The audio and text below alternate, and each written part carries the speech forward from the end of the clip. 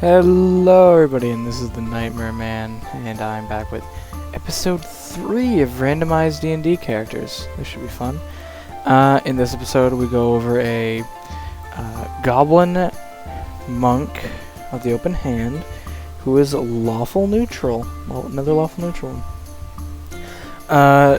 One thing about this is I found a thing of goblin subraces, right? Which is honestly, I didn't know that was a thing, because it probably isn't in actual D&D, because I found a Reddit post,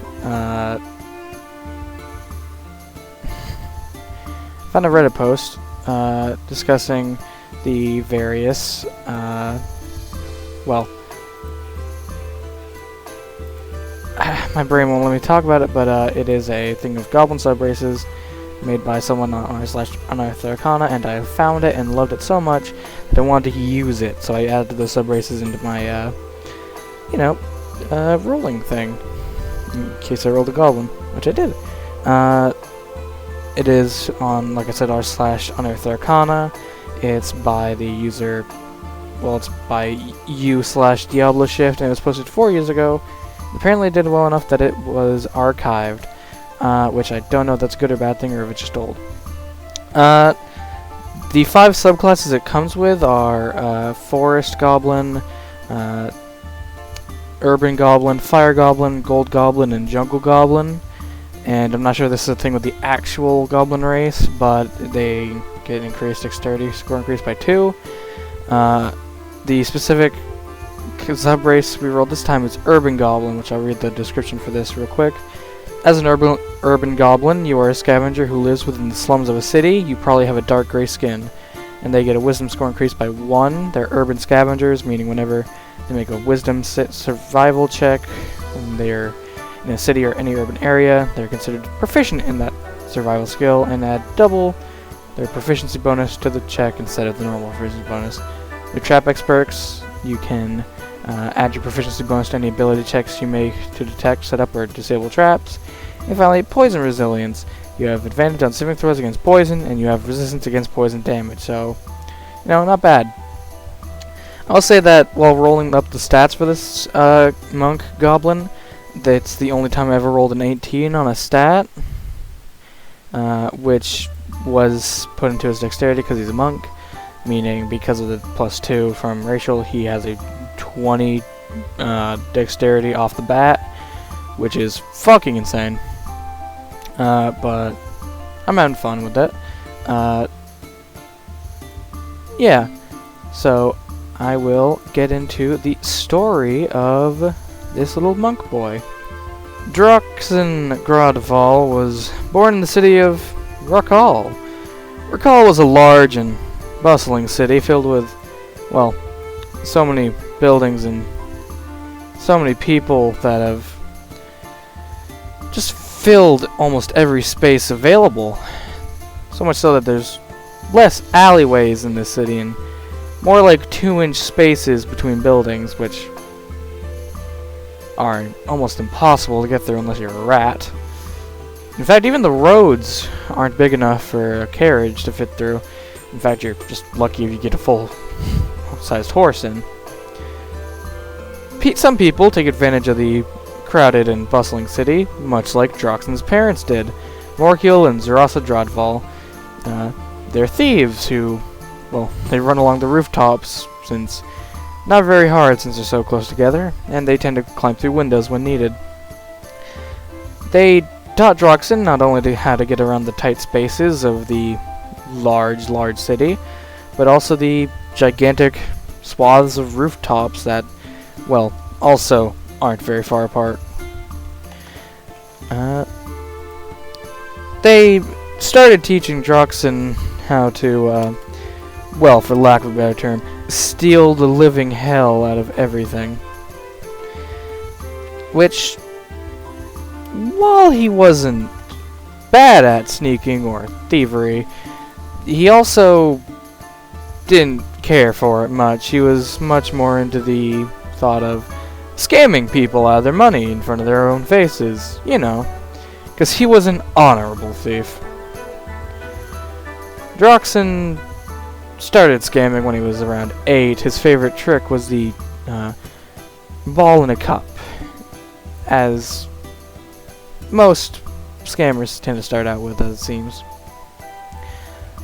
While his parents weren't thrilled that he wouldn't join them in their nightly exploits, they were damn well almost proud that he didn't need to resort to thievery to survive.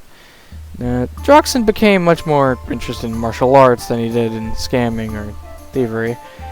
He initially learned of martial arts from a traveling monk who was stopped in Recall, initially just to get ingredients for his wizard friend or just food and drink since it had been a long travel. However, because of an injury his party member sustained, he needed to stay in town with them while they could heal. While the monk was in this city, it met the lovable little goblin scam artist, Drakzen. He initially just taught Drakzen, well, at first, how to better scam people, teaching him new, sneakier methods, which Drakzen was delighted to learn. Even more so, Drakzen was even more so delighted when he started learning martial arts, both as a means to teach someone something new and to just kill time on behalf of the monk. The monk was more than happy to teach Drakzen all he knew, though Drakzen, even to current day, still hasn't perfected any of them. Well, he's perfected kicking, but that's about it. Drakzen eventually learned what he wanted from his parents, which he admits there's still things that he needs to learn, but he figured he needed to see more of the world at first. When he eventually decided to leave Recall to see the world and possibly see other better people to scam from, because honestly, only getting a few copper from the average citizen in Recall was kind of disappointing. He set out and really, he just wanted to perfect his martial arts and learn any new ones that were available to him, and then perfect those ones as well. Drakzen, though he doesn't always go looking for it, he does tend to find himself in trouble quite often. Most of this trouble tends to come from his tendency to flirt with any woman he fancies, even if doing so will lead to a prison time. Most notably, like the time he decided that heavily flirting with the noble woman in front of her father was going to end well for him. Luckily, his parents taught him how to pick most locks, so he doesn't stay in prison for very long. He hasn't gotten any real goals yet, and the only goal he has is the martial arts matters. His moral in life is that he doesn't go out of his way to harm or help anyone. He just lives his life and goes with the flow. And while he, like I said, he doesn't tend to go out of his way to help people, he does try to help people have fun. Because, well, happiness isn't something that should be hoarded, now is it? That was Drakzen Gradval, the lovable little goblin monk. In all honesty, I have noticed a trend for making monks with me, and that's that they're never very tragic, except I guess a little bit, but like in all honesty, Drakzen doesn't have much trauma. He doesn't have any really. Then again, not all D&D characters require something bad to happen to them for them to want to travel or adventure. They could just be fucking chill dudes that want to learn how to punch shit better than they could already punch shit. In my experience, I've seen some people that are under the misconception that unless a D&D character has some massive trauma in their backstory, that they're not going to be good characters, which is so not true. You can get trauma during the campaign. That'll be interesting. But as for everything else I've said, I just want to restate that I will be putting the Reddit link to the goblin subraces and whatnot in the description, possibly above music, probably above music since it's more focal point. I want to say this is the second time that I'm recording this audio because I kind of forgot to lower the music volume in the audio the first time, so you could barely hear me over the music. That's a failure on my part. Hopefully the video is still good without it.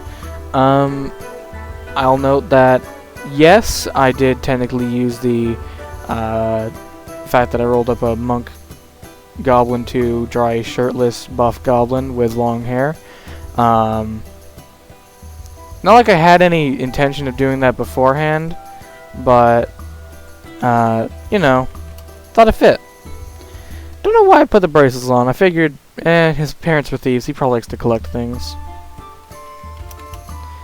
There's not much else to really say. Right, his details, like his height and stuff. His height, because he's a goblin, is 3'5", obviously. And also because of his goblin and height proportions, he is only 45 pounds, which means he is easy to pick up and throw, but still. And he's only 19 so far, so he's got a lot of growing ahead of him.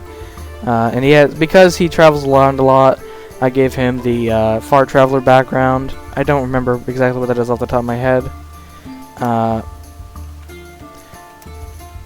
And really, that's all I can think of for Drakzen Gradval. I'm surprised I got second lawful neutral. There was an incident when I was rolling up all the characters, because I rolled up, like, I did Gilda's video first, and then I decided, while I was rolling up Miro, I'll just roll up the other 6 so I can get a full weekend. There was a thing where, if I didn't change any of the roll outcomes, I would have 4 monks and, like, fucking 3 lawful neutrals. Well, I'm okay with a few lawful neutrals. 3 wouldn't be bad if I didn't roll them all in the same, like, instance. It's just not. I like to have some diversity. I think I got a decent amount, but that's a whole other point. Personally speaking, my favorite alignment is chaotic neutral. Chaotic anything really, but chaotic neutral because I'm never very good at sticking to good or bad actions. That's just a personal thing. Actually, speaking of, would you guys like to see my personal favorite, like, things, like class, stuff like that? Or is that just me? Can also point out that you can probably tell I'm a little more confident making videos because I've been rambling. I haven't been as finicky, but I don't think that's a bad thing. Anywho, I guess I'll finally let you finish out the video and let you go. This has been the Nightmare Man, and have a nice day. See you in the next episode.